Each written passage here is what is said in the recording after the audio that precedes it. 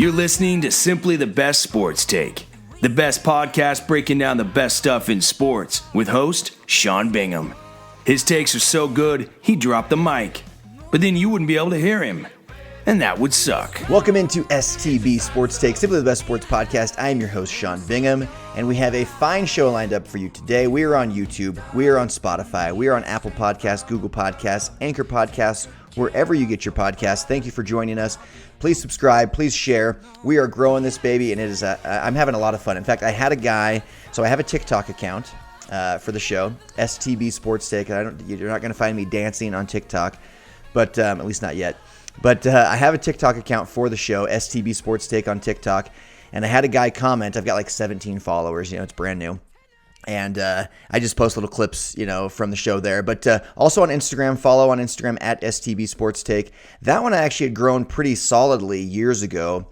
Let it kind of die over 2 years when I didn't post, and now I'm trying to kind of resurrect it. So if you could go and find us on Instagram at STB Sports Take on Instagram, go like a bunch of pictures, follow, maybe comment on a couple pictures, something to kind of like engage with the account, because I want Instagram to see that it's like, hey, like this is interesting again, because I definitely didn't use it for 2 years, and Instagram has punished me as a result. But anyway, on TikTok, I had a guy comment on one of the videos, and he said, hey, I'm just here before this guy becomes one of the top podcasters in the world. And it got me so stoked, made my day. Another guy is actually a friend of mine, Trace. Hope you're listening again today, buddy.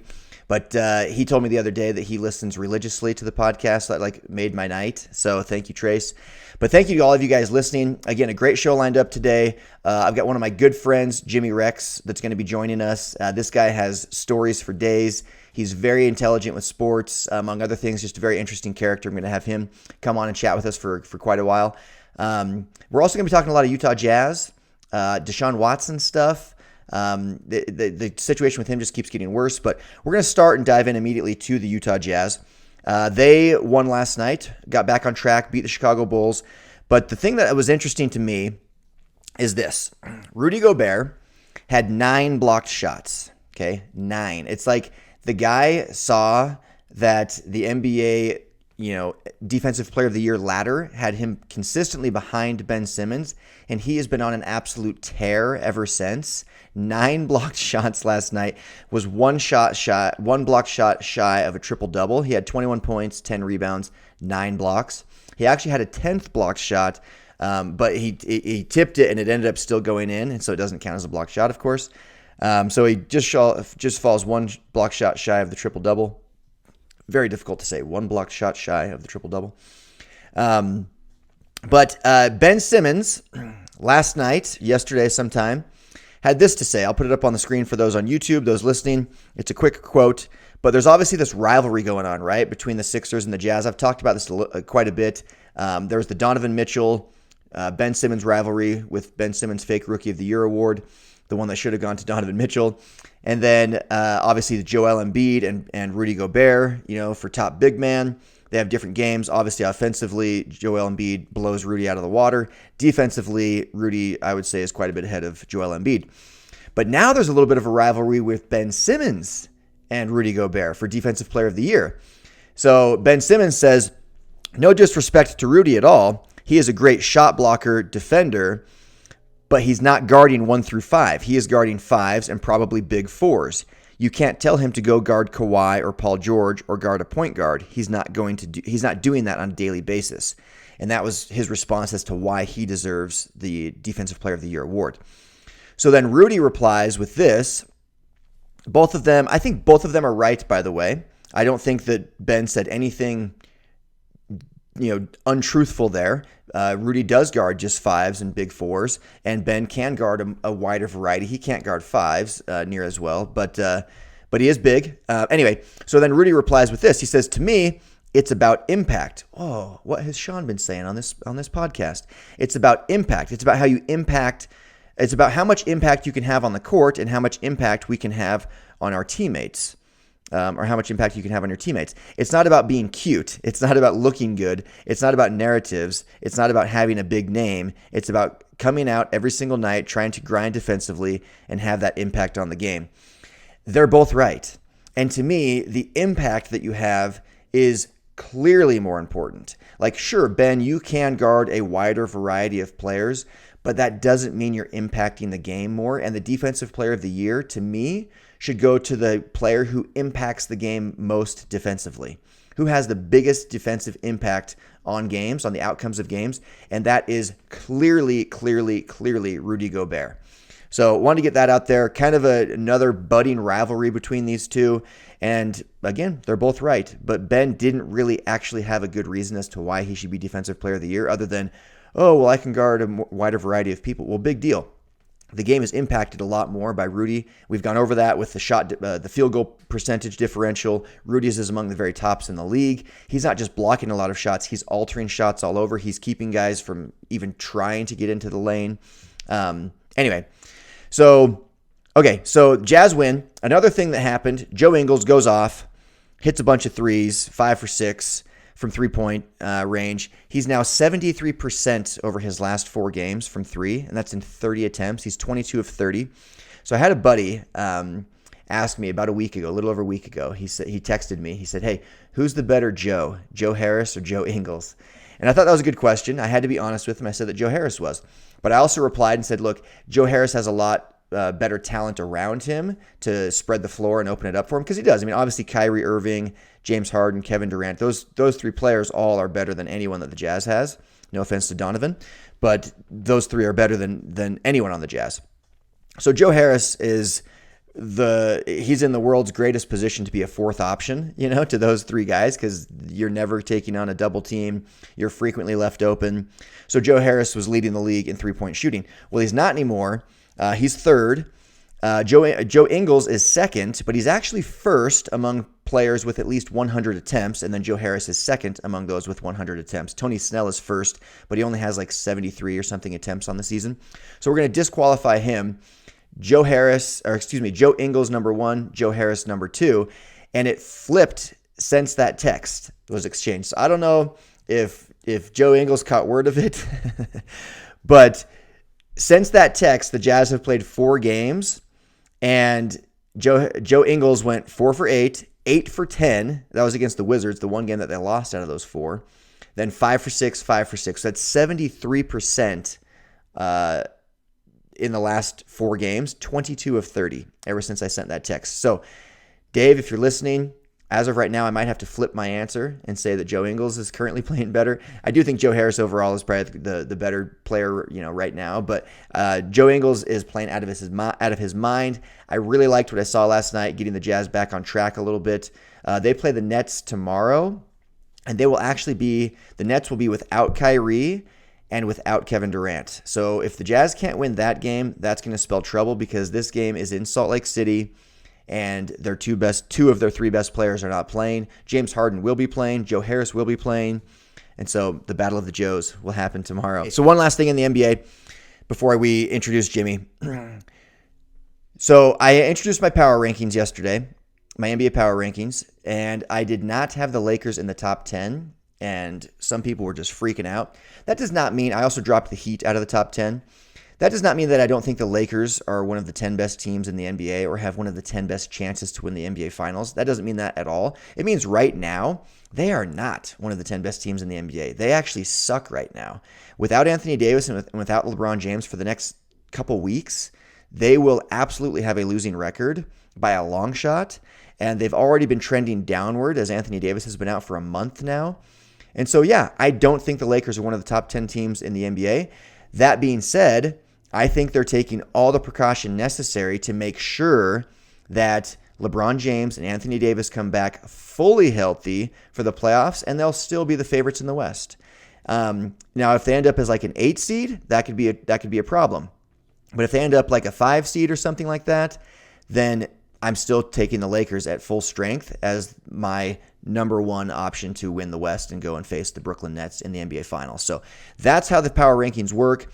It's what have you done for me overall, and a special emphasis on what have you done for me lately, and what direction are you headed currently. And the Lakers have done a lot of good things overall, but what have you done for me lately? They've sucked. Which direction are you headed right now is even suckier. So that's why they were dropped from the top 10. With that, we are going to transition now into my good friend Jimmy Rex. All right, we're going to like to welcome in Jimmy Rex, one of my very closest friends, and he is a real estate expert, a investing guru, a sports aficionado, or whatever the word is. But Jimmy has some of the best sports stories you've ever heard. He follows all of the teams that I follow. He follows sports. So, Jimmy, welcome to the show. Hey, good to be here, Sean. Back on the Simply the Best Sports Take podcast. Yes, yes. And Jimmy actually has a podcast of his own that is extremely interesting. You can find it on all the podcasting platforms and YouTube, The Jimmy Rex Show. He interviews, it's kind of similar, and Jimmy, correct me if I'm wrong, but it's kind of similar almost to like the Joe Rogan experience where you're interviewing just a whole myriad of people that are very interesting.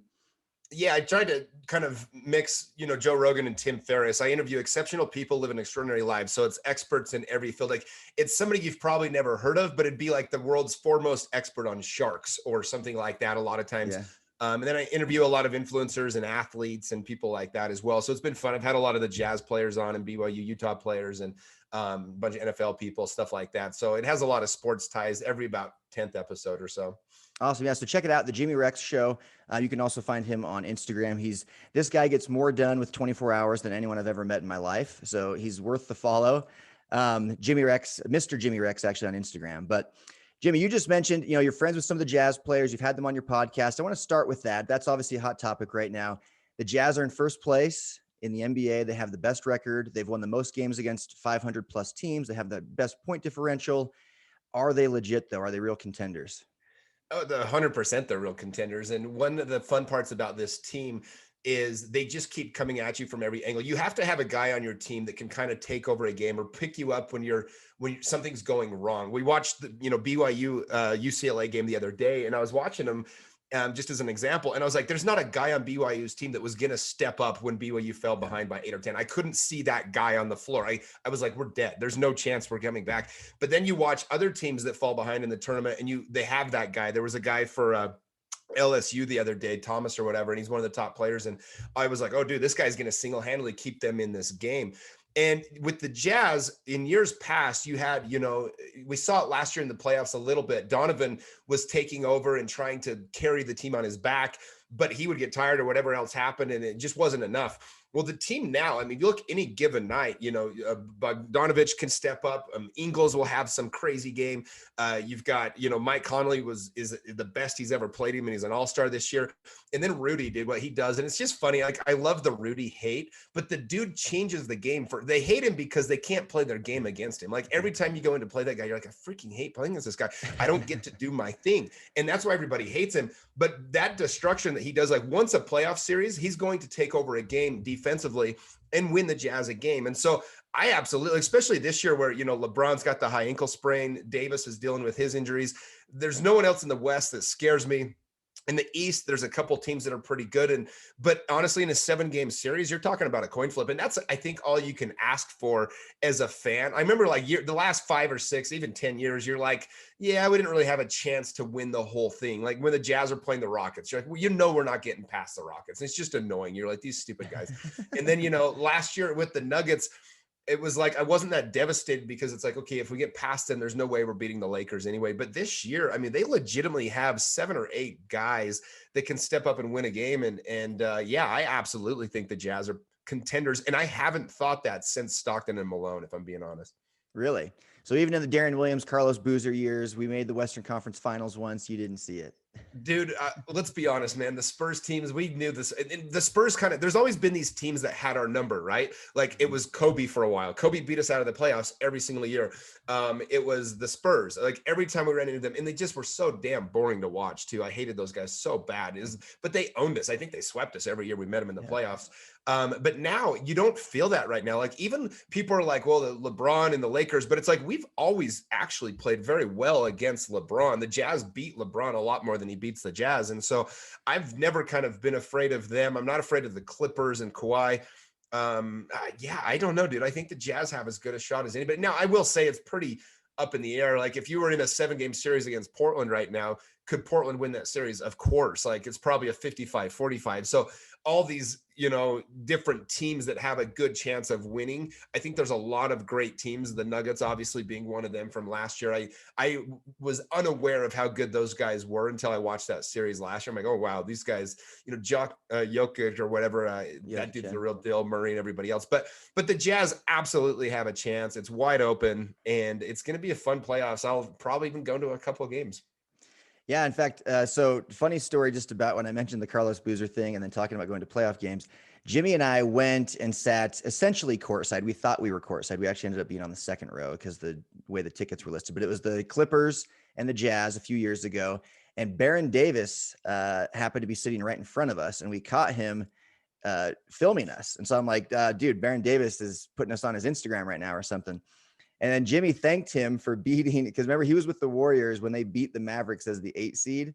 And Jimmy's like, hey, man, I just want to say thank you for beating the Mavericks when they were the 1 seed, because it made our path a lot easier to the Western Conference Finals. And that is the 1 year the Jazz made it to the Western Conference Finals since Stockton and Malone. So, yeah, that was through Baron Davis's team was the easier path. Exactly. Yeah. Yeah. Really funny. In fact, I'll try. I think I've got the video of that. I'm going to put that up on the screen here. Yeah, heckler.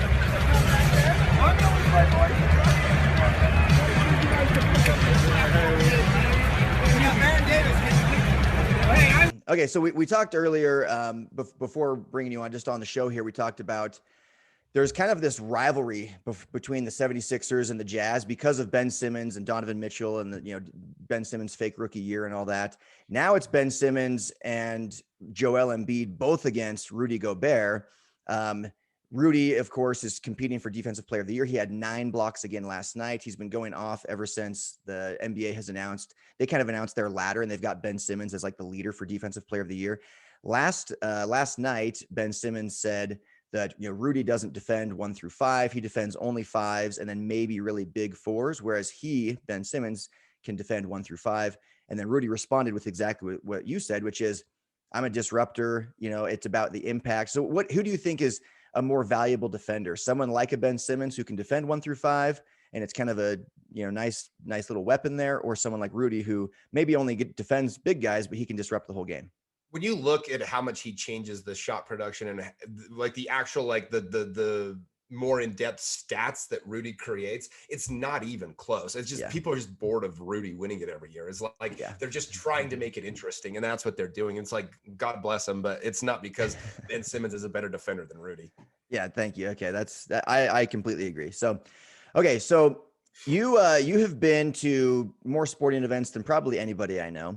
You've had season tickets to the Jazz. You've been to NBA Finals. You've been to World Series. How many Super Bowls and World Series have you been to? I've been to 2 Super Bowls. I've been to 1 NBA Finals. I went to the Spurs Heat World NBA Finals. I've been to, a number of World Series games. When my favorite team, the Cleveland Indians, played the Cubs, I went to 6 of the 7 games, sat front row on all those games, or second row. Wow. By the way, can I just throw this out there real quick? Like, Wrigley Field is known as the friendly confines and all this, like greatest place in the world. No, they just never mattered to them before. Okay. I went to game 3 with this girl I was with, and we're sitting second row. By the way, we were the only Indians fans in the entire lower section because they hadn't been to the World Series since the 1930s, and the tickets were outrageous. And we walk in, and immediately upon walking in, this fan goes, "Hey, Cleveland fan, from all of Wrigley Field, let me just say to you, F off." And instead of like, "Welcome to Wrigley" or something, and I was like, "Oh," and I just yelled back, I'm like, "Oh, we're not so friendly confines anymore. Well, now that it actually matters, we just hadn't seen a game matter here for 75 years.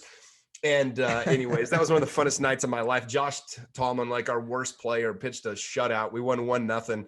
And I had to literally go on top of the dugout after the game because I thought they were going to jump us. Yeah, how'd the girl handle it? Oh, she loved it. She thought it was the time of her life. Well, we were just every time that we would get another out, it was so funny because Josh Tallman, again, he was like the worst pitcher. I think the next year his ERA was over 10. But he just, that week, that game, his dad was dying of like cancer or something. He was there in a wheelchair, and the dude just seriously had a moment from heaven where he just was like touched. And it was like Angels in the Outfield style. He just threw this shutout. And every time we would score, or every time we'd get another out, I'd just yell out how many outs we had left to go. And anyway, I went to game 4. We won again. And I was like, oh my gosh, we're going to win the World Series. And, but I couldn't go to game 5. I promised my mom I'd be home for a family party. But game 6, I'm back out in Cleveland and I dressed up like Bartman. I thought it'd be funny because it was game 6, like Bartman shows up. And just real quick, tell everybody what that, just for those that maybe don't know who that is. Yeah. Back in, what was it? 2002, I think, or 2003. The Cubs were about to go to the World Series. It was game 6 of the NLCS against Florida. 2003 it was. And they were up by a few runs in the 8th. And then all of a sudden, this dude, Steve Bartman, leans over and a fan takes a ball from Moises Alou. Moises Alou, by the way, loses it on this fan instead of just having some composure. And anyway, the Cubs end up disrupting, get beat by 7 runs, lose the next game, don't go to the World Series. So they had this curse of Steve Bartman to go with the GOAT and everything else. So I was like, oh, this will be funny. I'm going to dress up like Bartman. The joke's on me, our outfielder. Green turtleneck, headphones on, right? Yeah, it was like a spitting image. I spent a month finding this outfit. And if you have a picture, send it to me. I'm going to put it up. And I will send it to you. But the joke was on me, man, because we got destroyed. Our outfielder, Tyler Naquin, dropped a routine fly ball. And I was really sad. So now we're tied, right? It was 3-3. The Cubs had won game 5. And I didn't want to be there if we lost. And so my buddy Tyler, who'd come out with me, he's actually a Cubs fan. I'm like, I don't want to watch a game with him. So we go through airport security. I just booked my flight for the one day I thought we were going to win. And it's 4 a.m, Sean, and I'm sitting there in the airport. We're about an hour before our plane's going to take off. And I'm like, what am I doing? Well, it's game 7 today. I'm here. I'm in Cleveland. I'm like, I got to go to this game. And so I was literally through security. I was like, Tyler, I'm going back. I'm going to the game. He's like, you are? I said, yeah. He's like, all right, see you later. So I go back. I call this girl 5 a.m. that I've been kind of dating a little bit. And I was like, hey, get out to Cleveland. Just get out here. I got his tickets. So she flies out. We go to the game. And I'll never forget, again, it just Corey Kluber was pitching and he'd given up 1 run the entire playoffs. And the first batter hits a home run. I'm just so pissed. And I remember it showed me on the TV and I just looked so angry. I've got the photo of it or whatever.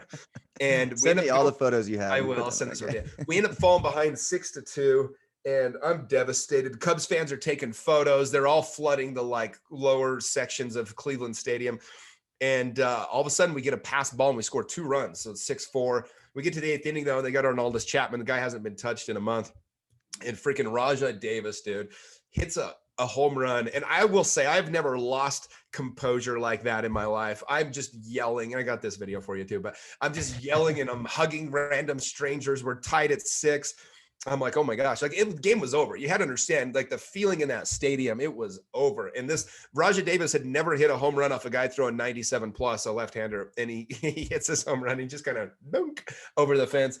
And I was on the front row. We had a rain delay, you might remember, kind of killed the mojo. The Cubs came back out, scored a run or 2 and beat us. Actually, they actually scored 2 runs because the Indians, a lot of people don't know this, they came back and scored a run. After the Cubs got 2, we got 1 back. We had a runner on second, but somehow our worst player, I swear I would have felt better with me at the plate than this guy, happens to get up there in the last out and they end up winning the game. But it was that's the thing about sports, man, is I've been to 20 road trips where my team lost and they know how to ruin a vacation real quick, but you kind of got to enjoy the whole process because your team most likely is going to lose. And it makes it that much more sweet when they do win. I was there when New England came back against Atlanta and my buddy had field passes for me, family passes to be on the field, and Kyle Van Noy. And so got to experience that. And so with sports, though, you got to take the good with the bad. And it's just one of those things that, as you get older, you fall in love more with the experience as opposed to the outcome, because otherwise you get left devastated more often than not. Yeah. And if you don't mind me asking, I actually know the answer to this question kind of, but how much did you spend on those World Series tickets for that? Oh, it was easy 40 grand, dude, on the World Series. I didn't even care. It was the best week of my life. Now that is dedication. Well, here's the thing is I literally said to myself, I'm like, am I going to care about this money someday? Am I going to have a little bit more money in investments or another rental property? Who cares? I got to go and experience it. It's not like Cleveland's going to make the World Series again. And it showed, the next year we were the favorites going into the World Series, going into the playoffs. We'd won 22 games in a row and Indians lost the first round against the Yankees. It's not, you just don't get that opportunity very often. And so I was just so grateful that I went and did it when I did. And, and I'll be honest, when they go back and make it again, I'll be there again. And I don't care what it costs. We're going to make that happen. So Memories, baby. I love it. So, in that light, and you've shared a few, but what are some of your most memorable sports moments? Like, it doesn't have to be something you personally were at, but just a memory that's like, I'll never forget where I was when blank happened, Yeah, no, I think it's such a cool question. I was at the Super Bowl when the Steelers came back at the end and beat the Cardinals. That was pretty crazy. I was with a giant Steelers fan. The most memorable ones to Was me that the are Santonio Holmes it was, touchdown yep. in the corner? Yeah. Yeah, it was funny because my friend, he can be kind of petty, and the Steelers were up by like 14 going, like late or up by like 12 late in the fourth quarter. And I was kind of like, I said, man, I kind of hope the Cardinals score here to make the game a little more interesting. Well, the Cardinals score. Larry Fitzgerald, right? Long touchdown. Yeah. And he looks at me with total disdain. He's just looking at me like, you're such an idiot. Well, then the Cardinals score again and they take the lead with like 3 minutes left. And this buddy of mine, he starts yelling at me, dude, like I freaking threw the interception. He's like, are you happy now? See, look what you did. Are you happy now? And he's just yelling at me. And I'm like, oh, I just lost a friend over this. And I just turned back to him. I said, Ron, this is going to be the greatest moment of your sports life. They got 3 minutes left to march, 2 minutes or whatever it was, to march down the field and score. And he's just furious. I'm convinced to this day that if Ben Roethlisberger doesn't find Santonio Holmes in the end zone, I don't have a friend with that guy. And by the way, what's that? I was gonna say that's one of the best Super Bowls ever, because that was also the one where James Harrison had the 100-yard fumble recovery for a touchdown right to end the first half. Yeah, ESPN ranked the top Super Bowls of all time, and the two I've been to were ranked first and third on their Super Bowl list of all-time greatest Super Bowls. So the Patriots coming back from 28-3, and then this one we're talking about. And then that one, yeah. Wow. So I've had some pretty good luck with that. But no, that was so funny, man. He was so mad. It was just so funny. But with that Super Bowl, the crappy part about that one was it was in the middle of the downturn, the recession, and I was in real estate. I mean, I was getting hammered. I had, to my name, Sean, I had $3,000, and I told him at the beginning of the season, I said, hey, if the Steelers make the Super Bowl, I'll go with you, just kind of being a good friend. He's a diehard Steelers fan, and I remember they were playing the Ravens in the AFC Championship. I've got no money. I'm like praying, and I'm watching it with him, pretending to be cheering for the Steelers, but inside I'm begging for the Ravens to make something happen. I'm like, please, I cannot afford this trip. And the Steelers win, and he's so excited. And I remember we booked our flights were like $600 to Tampa, and I had like $2,400 for my ticket. And that's not much for a Super Bowl ticket. If any other year minus the recession, there's no way I'd have been able to get in. But I told him, I said, we don't have money for the rental car or for the hotel. So what we did is we ended up, this is so bad, but we rented a van and we went and we bought sleeping bags and pillows from Walmart, and we returned them the next day because we couldn't afford a hotel room. And I told him that here's the worst part is I told him, I said, look, if we're going to do this, then I want to sleep in a van. I want to park it down by a river because I'm a huge Chris Farley fan. And so we parked by this pretty sketchy part of town, it turns out. And Ron, this is the other part, it's terrible, is he had taken a wheelchair from the airport because he said, Jimmy, if we can't get good seats, I'll just be in a wheelchair and they'll make us be in the wheelchair section to get the best tickets. I'm like, dude, this is horrible. This is the worst karma I've ever experienced. So he steals a wheelchair from the airport. So, but the problem is we don't have room in the van to sleep and room for the wheelchair. So we like hide the wheelchair in some bushes, right? During the night while we're sleeping. And we wake up the next morning and the wheelchair's gone. Somebody had stolen it. My first thought was, what kind of sicko steals a wheelchair? And then I was like, oh shit, we stole a wheelchair. Thankfully, we still got into the stadium. Somehow Ron found some tickets for like $2,000. Anyway, a lower bowl even of all that. But oh my goodness. Good times at the Super Bowl. I'd forgotten the wheelchair part of that story. Yeah, me too. That's so good. Oh my gosh. Okay, so top three, let's try and narrow it down. Top three most memorable sport. What about one from your childhood where you weren't at the game? Just something you like remember. I really remember the one thing that sticks out to me was the Kirk Gibson home run. My brother JD was a giant Dodgers fan. It's my first real sports memory that is very vivid. I remember what hat he was wearing. It was like this, like a hat that like a caddy would wear, like a golf caddy or something. Yeah. Anyway, and but I remember him running around the house when Kirk Gibson hit the home run. That's probably my first memory where I was like, wow, like this is something special going on. And then, so I'd say that was probably one of my first great sports memories. When BYU played Miami and beat them, I remember that very vividly. I was a BYU fan. I think I was probably 10 years old, and we were playing Monopoly at my house and watching the game. I remember that very well. It was just like crazy. They were ranked number 1. We had no business beating them, but and then waiting for a Jimmer moment, but no Jimmer moments. My favorite Jimmer moment actually is probably not the same as San Diego State game was pretty fun on the road because I bought front row tickets, and you got to send me that. I know you got on the court after the game too. Well, so you got to send me so that. Here's the thing is like, we just beat them in Utah, and like we all rushed the floor, and I didn't even think twice about, I'm on the front row, and this lady comes up, she goes, "You need to get in your seats." And I'm like, well, these are my seats. I'd spent $900 a ticket, me and my brother. And at that time, again, I was dead broke. Like, by the way, like the greatness of the sports memories that I have is because I didn't have the money to go do this stuff when I was doing it. Like, they had no business paying that money. But I mean, for the record, Jimmy is very not broke now, so he's come a long way. I turned to my brother and I'm like, dude, we got to go to this game. Like, there's not going to be another Jimmer. We're not going to have this experience again, and we won't. Like, we haven't. It might be 30 years, you know. Yeah. And so we go to the game, front row, and the lady's trying to kick us out of our seats, and I'm like, oh, I'm sorry, these are my seats. So the whole game, we're the only BYU fans in the lower bowl again. It's at San Diego State. No BYU fan wants to go in that environment.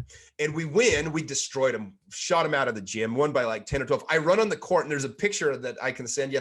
I'm walking through the line with the players, and I'm just high-fiving them all like I'm on the damn team. And CBS is like showing it. And so there's a picture of me, like all my friends are texting me like, what the hell's Jimmy doing in the line? And it was so funny. So right after that, all of a sudden I get tackled by like 5 security guards from behind. I have no idea what's going on because I didn't even think twice that I can't just go on the court. Never crossed my mind. And so they're arresting us. And I remember I'd known Jimmer and Jackson Emery, a few of the players, a little bit. And I remember I'm handcuffed in the back of the locker room, and they're walking past me. I just remember the look that Jackson Emery gave me, like, what the hell did you do, Rex? You know? And anyway, that was probably my favorite sports memory. But just that game was so much fun. But actually, the game against New Mexico in the tournament, because they had beaten us right after Brandon Davies got suspended, New Mexico came to Provo and just kicked our ass and really took the wind out of the team's sails. It just destroyed all the momentum we had going. And it was kind of like, oh, we're not the same team anymore. So when we came out in the tournament, I think Jimmer dropped like 50 plus on him. And it was just the funnest game. I was on the front row with you, and we were just having a ball. And that's probably my favorite Jimmer moment. He had 50 points with 1 free throw that day. One free throw. It was just stupid. It was such a fun game. It gives me goosebumps to think about it. But it's fun because me and Jimmer became really close friends. He's actually buys all of his real estate through us now. And so spending that money to get on the court, that $900 has probably brought me several times that in commissions working with Jimmer. And so it's just kind of fun how life happens, I guess. That's cool. So sticking on the BYU topic, and we'll kind of wrap up with this a little bit. Zach Wilson's projected to go top 2, 3, picks here in the NFL draft. I know you're a big BYU fan. Obviously BYU had a great year this year. It was kind of a weird year though, because their schedule was all sorts of screwed up and they didn't have exactly the toughest competition. But what do you think about Zach Wilson? I feel like picking a quarterback's like picking a stock. You just kind of like, you're an investor. I mean, it's difficult. So let's hear it. I'm going to be honest. I think Zach Wilson, from a sheer ability standpoint, is the best quarterback BYU's ever had. I know that's not a popular take because Steve Young and Ty Detmer, all these things.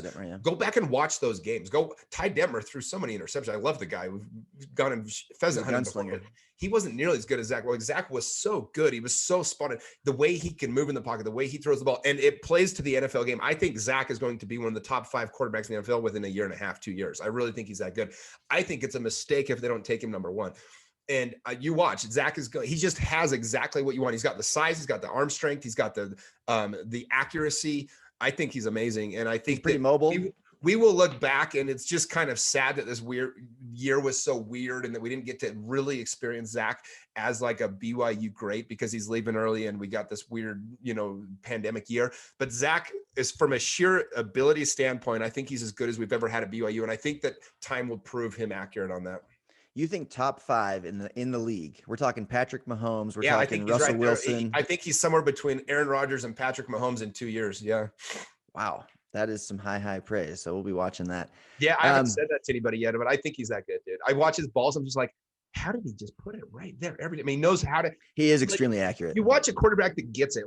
His receivers, he knows where to throw it so his receivers come back to it. He knows how to throw it to the right place. And he's just accurate. He makes good choices. And Anyway, I think he's amazing. Yeah, I think he's great. Okay, last thing, and then we will truly be done. This is just getting back to the Jazz. I know you're a betting man. I know you do sports betting quite a bit, and you've had some good luck with it. I want you to really tell us if you would put your money on the Jazz to make the NBA Finals this year. What are my odds? I don't know what the odds are. Here's the problem with that. I mean, there's 3 rounds they've got to get through, right? And just to get to the finals.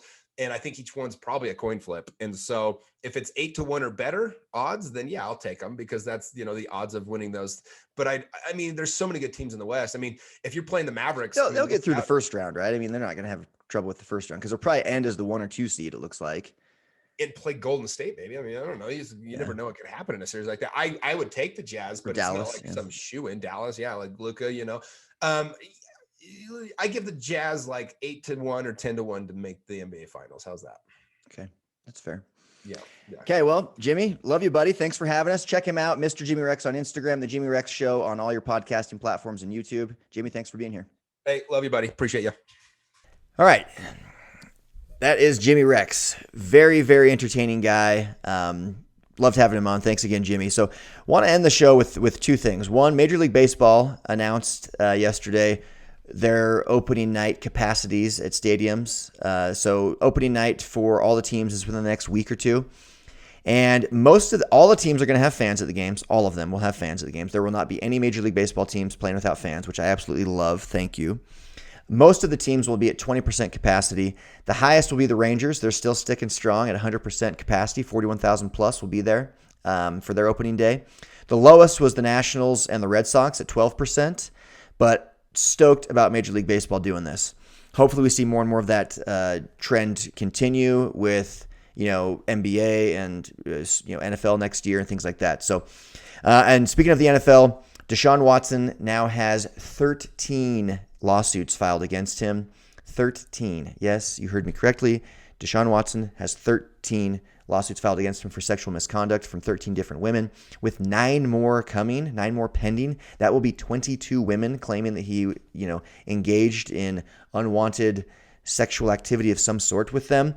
The vast majority of these are masseuses. The vast majority of them he contacted via Instagram. This is a guy that is filthy, filthy rich, that has access to fantastic training facilities. He could hire a full-time masseuse, no problem, but he is choosing to reach out to women allegedly on Instagram to get massages. Very, very suspicious. I've said where there's smoke, there's fire. There is a raging inferno here somewhere. It's either with Deshaun Watson and his shadiness and misconduct that's going to end badly for him, or it's with the money-hungry attorney and fame-seeking attorney or women or whatever it is. I'm not going to accuse either one of anything, innocent until proven guilty. But this does not look good for Deshaun Watson. It's looking more and more like, dude, you've got some behavioral issues that need to change. Crazy stuff. One of them as recent as March 5th, which is just a couple weeks ago.